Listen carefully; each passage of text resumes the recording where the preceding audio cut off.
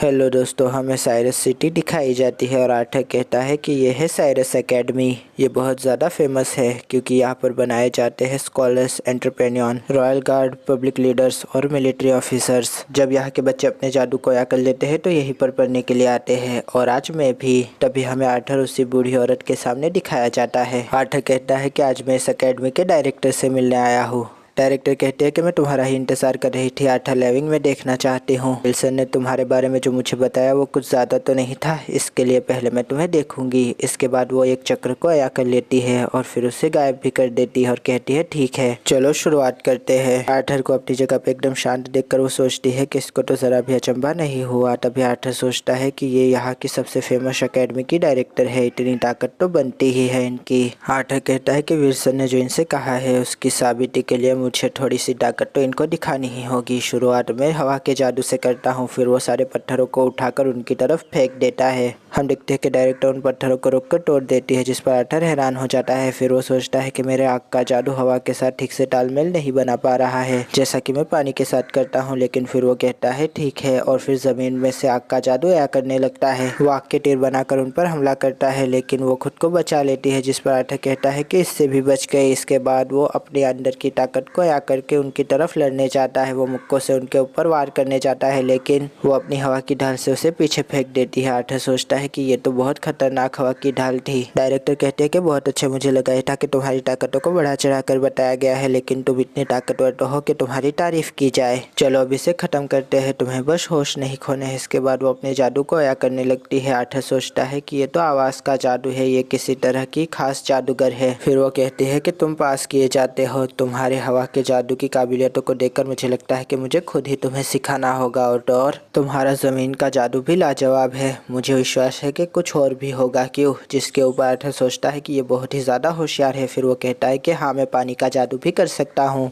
Director कहती है ठीक है और तुम्हें क्या चाहिए, जाहिर सी बात है तुम बस अपनी ताकतों को दिखाने के लिए मेरे पास नहीं आए हो। जिस पर आर्थर सोचता है कि ये बिल्कुल सही है। फिर वो कहता है कि हाँ, मुझे आपसे कुछ चाहिए, मुझे वो रुतबा, ताकत और ओहदे चाहिए जो आप लोगों के पास है। मैं उनका इस्तेमाल अपने परिवार की रक्षा करने के लिए करूंगा। अगर आप मुझे ये सब चीज़ें देगी तो मैं आपकी एकेडमी में दाखिला लूंगा और इसके बदले में आप मेरी टीचर होगी, जिसके बदले में मैं आपके लिए वो सब कुछ करूंगा जो एक विद्यार्थी का फर्ज होता है। डायरेक्टर इस बात पर थोड़ी हैरान हो जाती है और फिर कहती है कि तुम्हें मालूम है सापिन का राज परिवार भी ये कहने से पहले 100 बार सोचेगा। तुम्हारी इन बातों के बाद मुझे लगता है कि तुम्हें खुद पे बहुत ज़्यादा भरोसा है क्यों। जिस पर आर्थर कहता है कि हाँ बिल्कुल, मुझे अपने आप पर भरोसा है और मैं ये जानता हूँ कि मेरी काबिलियतों को देखने के बाद आपके लिए भी ये घाटे का सौदा नहीं होगा। डायरेक्टर इस बात पर मुस्कुरा देती है। आर्थर कहता है कि मैं उसी उम्र में दाखिला लूंगा जिस उम्र में अमूमन लोग लेते हैं। जिसके ऊपर डायरेक्टर कहती है कि इससे तो 3 साल तक तुम लेट होगे। सोच लो, तुम अगर अभी दाखिला लेते हो तो तुम्हारी ताकत और भी ज़्यादा तेज़ी से बढ़ेगी। आर्थर कहता है कि मैं अपनी ज़िंदगी को पूरी तरह से जीऊँगा, अभी तो मेरे खेलने कूदने के दिन है। और अगर मैं एडवेंचर्स पार्टी में एनरोल होता हूँ तो मुझे यहाँ का एडवेंचर करने को मिलेगा। मैं इस जगह को और भी ज़्यादा बेहतर तरीके से जान पाऊँगा, इस देश को जान पाऊँगा, जिसके लिए यही ठीक है। इसके बाद मैं आपके पास आके एनरोल होऊंगा। डायरेक्टर कहती है कि तुम लगता है फैसला करके आया हो, क्या तुमने अपने परिवार को बता दिया है। जिस पर आर्थर कहता है कि नहीं, लेकिन मैं बताने वाला हूँ। जिस पर डायरेक्टर कहते हैं कि पहले जाकर उन्हें बताओ, अगर वो हाँ करते हैं तो फिर हम इस डील को डन कर देंगे। एलिस कहती है नहीं, हरगिज नहीं। आर्थर कहता है कि मैंने इन सब के बाद विल्सन से बात की कि वो जाकर मेरे माँ बाप को मनाए, लेकिन अब इन्हें देखकर मुझे लगता है कि मुझे खुद ही इनसे बात करनी चाहिए थी।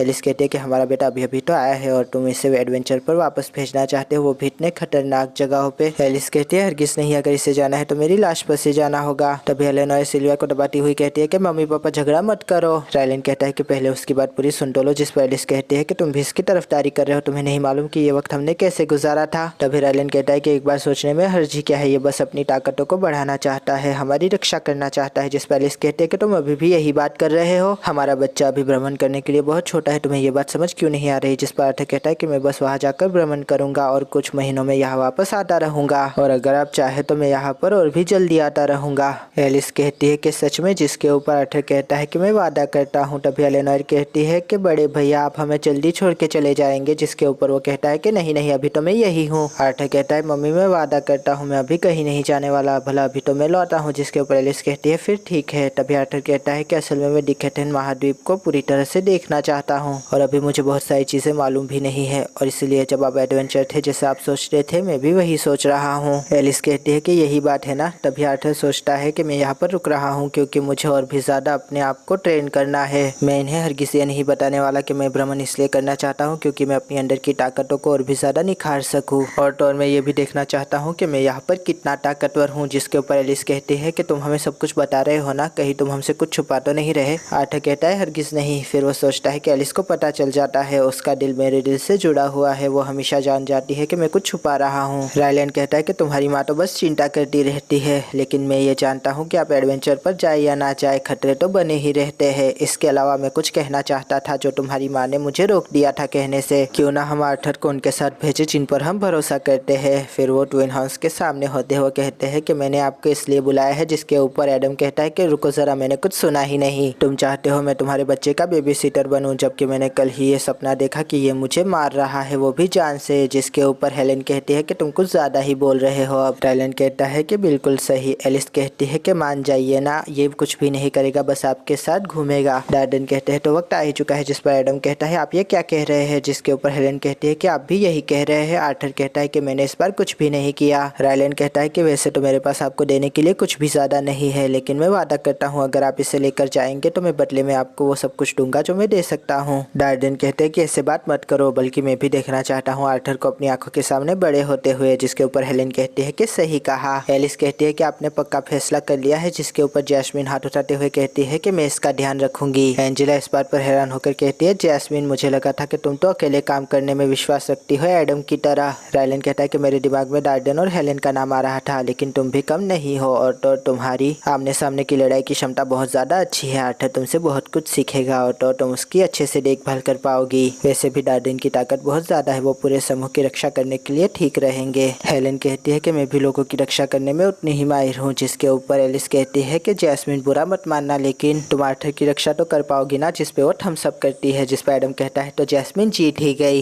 वैसे भी जैस्मिन को एक आर्ग्यूमेंटर की जरूरत तो थी। इसके ऊपर इसने पिछले साल ही अपने हल्के नारंगी रंग को हिट किया है। इसके ऊपर इसकी हवा की जादू की काबिलियत जरूर बेहतर साबित होगी। डार्डन कहते हैं कि बिल्कुल सही कहा, लेकिन मैं इसकी जिम्मेदारी उठाना चाहता था। जिस पर रायलन कहता है कि आप इसे दूसरी बार ले जाइएगा। डार्डन कहता है तुम्हारा शुक्रिया रायलन। जिसके ऊपर आर्थर जैस्मिन से कहता है कि मेरी जिम्मेदारी उठाने के लिए तुम्हारा शुक्रिया। फिर रायलन कहता है कि बस एक और काम बचा है। तभी हमें लिलिया दिखाई जाती है, वो मेडिटेशन कर रही होती है। तभी एलेनोर उसे कहते हैं कि लिलिया इस तरह से अकेले मेडिटेशन मत करो। आर्थर सोचता है कि अब लिलिया को मेरे माना ट्रांसफर की जरूरत नहीं पड़ती मेडिटेशन करने के लिए। एलेनोर कहती है ये ठीक नहीं है। जिसके ऊपर लिलिया कहती है कि मुझे माफ करना। आर्थर सोचता है कि एलेनोर भी 7-8 साल की उम्र तक पहुंचते पहुंचते अपने माना को काबू करना सीख ही जाएगी। फिर वो एलेनोर को देखता हुआ कहता है कि ये इसके लिए बहुत ज्यादा उत्साहित रहती है। जिसके ऊपर लिलिया उससे पूछती है कि तुम आज प्रैक्टिस करना चाहोगी मेरे साथ। जिसके ऊपर वो कहती है कि हरगिज नहीं। आर्थर सोचता है कि यही ठीक है, इसको इतनी जल्दी भी माना जागरूक करने की कोई जरूरत नहीं है। मुझे इसकी बहुत ज्यादा चिंता है, कहीं ये मेरे पीछे बहुत ज्यादा अटैक ना कर ले। फिर वो अपने बाप से कहता है कि पापा मुझे ऑक्शन हाउस भी जाना है, हथियार लेना है। विंसन कहते हैं कि मुझे पता चला एडवेंचर स्किट के अंदर जाने के लिए तुम्हें एक तलवार की जरूरत है, तुम ढूंढ लो उसे। तभी आर्थर कहता है कि आपका शुक्रिया। जिस पर वो कहते हैं कि कोई बात नहीं। आर्थर फिर दरवाजा खोल देता है और कहता है कि वाह। एलिस कहती है कि तलवार चुनने में इतनी देर क्यों हो रही है, मुझे लगता है कि हमें उसके लिए तलवार चुननी चाहिए थी। जिस पर आइलैंड कहता है कि हरगिज नहीं, वो इसको लेकर बहुत ही ज्यादा गमगीन था, उसे खुद ही चुनने दो, तुम थोड़ा सब्र करो। जिसके ऊपर एलेनोर भी कहती है कि सब्र करे मम्मा। जिसके ऊपर एलिस कहती है कि आप सही कह रहे हैं। हम देखते हैं कि आर्थर कोने में बैठकर तलवार की आवाज सुन रहा होता है। वो कहता है कि ये अच्छा नहीं है, यहाँ पर इतनी सारी तलवारें हैं लेकिन मुझे एक भी नहीं जच रही, ये भी नहीं और ये भी नहीं। फिर वो सोचता है कि ऐसा इसलिए हो रहा है क्योंकि यहाँ पर ज्यादातर आबादी आर्ग्यूमेंटल्स की है, सारी की सारी तलवारें उनके हिसाब से बनाई गई है। सारी तलवारों के दस्ते 2 हाथों से पकड़ने वाले हैं, जिसकी वजह से वो एक हाथ से ठीक से नहीं चल पाएंगे। इस छोटे शरीर के साथ एक छोटी तलवार ही ठीक रहेगी। मुझे लगता है कि मुझे कुछ और देखना चाहिए। तभी सिल्विया आकर चिल्लाती है और मैं जानता हूँ उसने क्या कहा। नहीं। तभी आर्थर से पूछता है कि सिल्विया तुम्हें कुछ मिला है। जिसके ऊपर वो देखता है कि उसे एक तलवार मिली हुई होती है जो कि फर्श पे गिरी हुई होती है। वो सोचता है कि ये क्या है। फिर वो उसे उठाने जाता है और कहता है कि ये तो बहुत ही ज्यादा भारी है। वो सोचता है कि ये तलवार बहुत ही ज्यादा भारी है लेकिन मेरे लिए एकदम ठीक रहेगी। वो उसे खोलने की कोशिश करता है लेकिन वो खुल नहीं रही होती। तभी वो सोचता है कि शायद इसे तत्वों की ताकत चाहिए। फिर वो तलवार के अंदर ताकत को भर देता है और तभी वो सोचता है कि नहीं, हरगिज ऐसा नहीं हो सकता ये तलवार तो। फिर वो देखता है कि उसे एक नाम दिखाई दे रहा होता है। फिर वो तलवार को खोल देता है और कहता है कि ये तो बहुत ज़्यादा सुंदर नज़र आ रही है। देखने से ही पता चल रहा है कि इसे किसी और हथियार से बहुत ज़्यादा तपाया और मारा गया है। फिर वो उसे चलाने जाता है लेकिन वो नीचे की तरफ गिर रही होती है। आर्थर सोचता है कि ये बहुत ही ज़्यादा भारी है, इससे इसकी ताकत और भी ज़्यादा बढ़ जाएगी। लेकिन फिर वो एक ड्रम को देखता है और कहता है कि मुझे माफ़ कर दीजिएगा मिस्टर हैंसन, और फिर उस ड्रम के 2 टुकड़े कर देता है तलवार से। फिर वो उस तलवार के ऊपर लिखे हुए नाम को पढ़ता है, ड्वेन डब्ल्यू के 4। तभी वो तलवार आर्थर को झटका देती है। सिल्विया डर जाती है लेकिन तभी आर्थर कहता है कि डरने की कोई बात नहीं। फिर वो उस तलवार को फिर से उठा लेता है और कहता है कि ये तलवार तो छोटी हो गई और हल्की भी। फिर वो उसे चलाकर देखने लगता है और सोचता है कि इसके साथ साथ इसका हैंडल भी मेरे हिसाब से छोटा हो गया है। तभी सिल्विया चिल्लाकर उसे बुलाती है, जिस पर वो कहता है कि हाँ समझ गया, तुमने खजाना ढूंढ लिया है मेरे लिए। वो सोचता है कि ऐसी तलवार मेरी पिछली जिंदगी में भी मेरे हाथ में कभी नहीं आई। मैंने अपनी पिछली जिंदगी में बहुत सारे हथियार चलाए लेकिन कोई भी मुझे उस तरह से सूट नहीं हुआ जैसे कि ये हो रही है। फिर वो तलवार को चलाकर एक और ड्रम के टुकड़े टुकड़े कर देता है। वो कहता है कि इससे तो मुझे एक पुरानी कहानी की याद आ रही है। एक बार की बात है, लोहार ने एक तलवार बनाई लोहे के एक ही टुकड़े से। फिर उसने उसे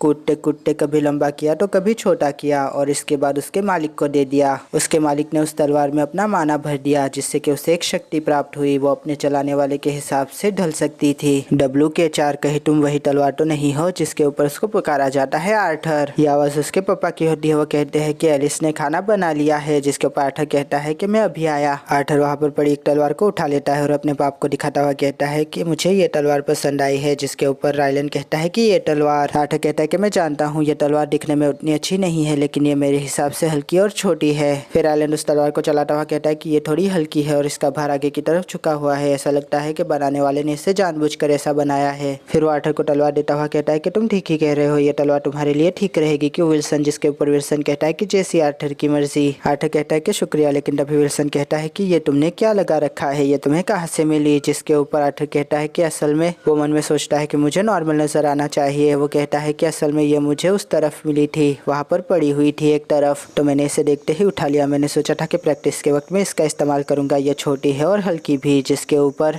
विंसन कहता है कि मुझे नहीं मालूम था कि हमारे पास ऐसी चीज भी है। जिम सुन जरा रजिस्टर तो लेकर आना। जिस पर वो कहता है कि इसकी जरूरत नहीं है, मुझे ये याद है एक बूढ़ा आदमी चिल्लाता हुआ यहाँ पर इसे फेंक कर गया था। उसने कहा था कि ये तुम ही रख लो, इसे कोई भी लेना नहीं चाहता क्योंकि ये किसी के भी हिसाब से फिट नहीं होती। इसे हमने चेक करके बहुत सारे लोगों को दिखाया भी लेकिन किसी ने भी इसमें दिलचस्पी नहीं रखी। वो कहते थे कि ये उनके लिए नहीं है। विंसन कहते हैं कि इसे भंगार में क्यों नहीं फेंक दिया? जिस पर वो कहता है कि असल में मैंने एक हाई रैंकर को बुलाया था इसको देखने के लिए। तभी आर्थर कहता है कि ये तो बहुत कीमती लगती है, मुझे लगा कि ये बेकार है इसलिए मैंने इसे उठा लिया, मुझे माफ कर दीजिए विल्सन चचा। जिसके ऊपर विल्सन हैरान हो जाता है और कहता है चचा? वो कहता है कि माफी मत मांगो बेटा, मैं तो तुम्हें अपना दामाद तस्लीम कर चुका हूँ, ये तुम्हारी ही है, ले जाओ जो भी करना है करो इसके साथ। जिसके ऊपर आर्थर कहता है कि आपका शुक्रिया, वैसे दामाद बनने वाली बात मेरे दिल में थी दोस्त। रायलैंड इस बात पर विंसन से गुस्सा हो जाता है लेकिन विंसन कहता है कि जाने दो, बच्चे ने पहली बार मुझे चचा कहा है, ये मेरी तरफ से गिफ्ट है। जिसके ऊपर आर्थर सोचता है तो प्लान काम कर गया। आर्थर कहता है कि उस दिन के बाद मैंने रायलैंड, एलिस और एलेनोर के साथ अच्छे से वक्त गुजारा और मैंने हर्स्टिया फैमिली के साथ भी वक्त गुजारा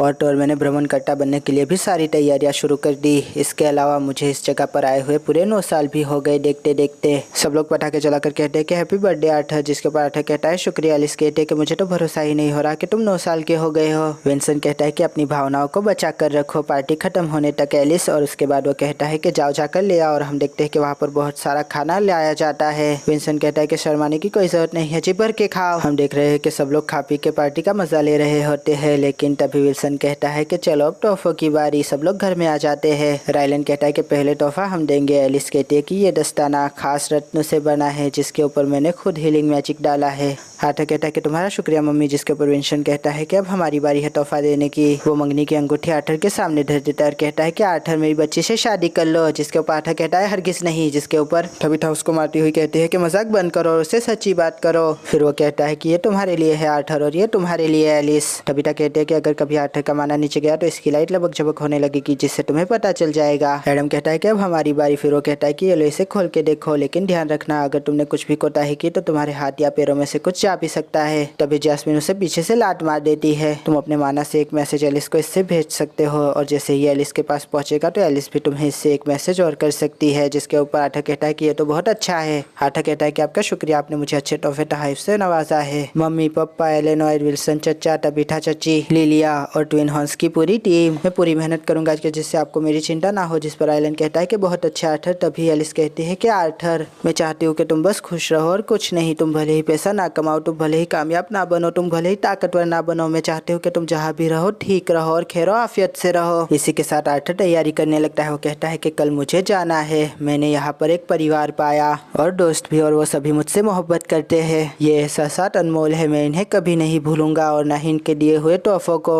मैं इनका ध्यान किसी भी चीज़ से ज़्यादा रखूंगा और कभी मुझे लगा कि मैं इनमें से एक को गवा दूंगा तो मैं उनके लिए लड़ूंगा, अपनी जान की बाजी लगा दूंगा और इसके लिए मुझे और भी ज़्यादा ताकतवर होना पड़ेगा। अपनी पिछली ज़िंदगी में मैं राजा था, मुझे इन्हें बचाना है तो उससे भी ज़्यादा ताकतवर बनना होगा। रायलन कहता है कि तुम तो बड़े ही अच्छे लग रहे हो, मुझे तो लगता है कि तुम एस रैंक से पास होगे। जिसके ऊपर एलिस कहती है कि सच में? रायलन कहता है कि मैं जानता हूँ कि तुम बहुत ही ज़्यादा ताकतवर हो, लेकिन उनके काम के बीच में मत आना, पहले उन्हें ही हल करने देना चीज़ों को। और ये मत भूलना कि जैस्मिन ने तुम्हारी जिम्मेदारी ली है, अगर तुम्हें कुछ भी होगा तो वो जिम्मेदार होगी। आर्थर कहता है हाँ बिल्कुल। तभी एलिस उसे गले से लगा लेती है। वो कहते हैं कि मेरी परवाह मत करना, मैं ठीक हूँ। रायलन भी यही बात करता है। तभी एलेनोर सिल्विया से कहती है कि वहाँ पर जाके हल्ला गुल्ला मत करना, बल्कि अच्छी बच्ची बनना, समझी सिल्विया? एलिस कहती है अपना ध्यान रखना और खाना खाना मत भूलना टाइम से। जिसके ऊपर आर्थर कहता है ठीक है। रायलन कहता है कि आर्थर हम तुम्हारा इंतजार करेंगे। एलिस कहती है खैरियत से जाना। तभी आर्थर कहता है कि अलविदा और बस वहाँ से चला जाता है। जैस्मिन कहती है तो तुम तैयार हो? जिसके ऊपर आर्थर हाँ में सर हिला देता है और कहता है तो ठीक है चलो अब।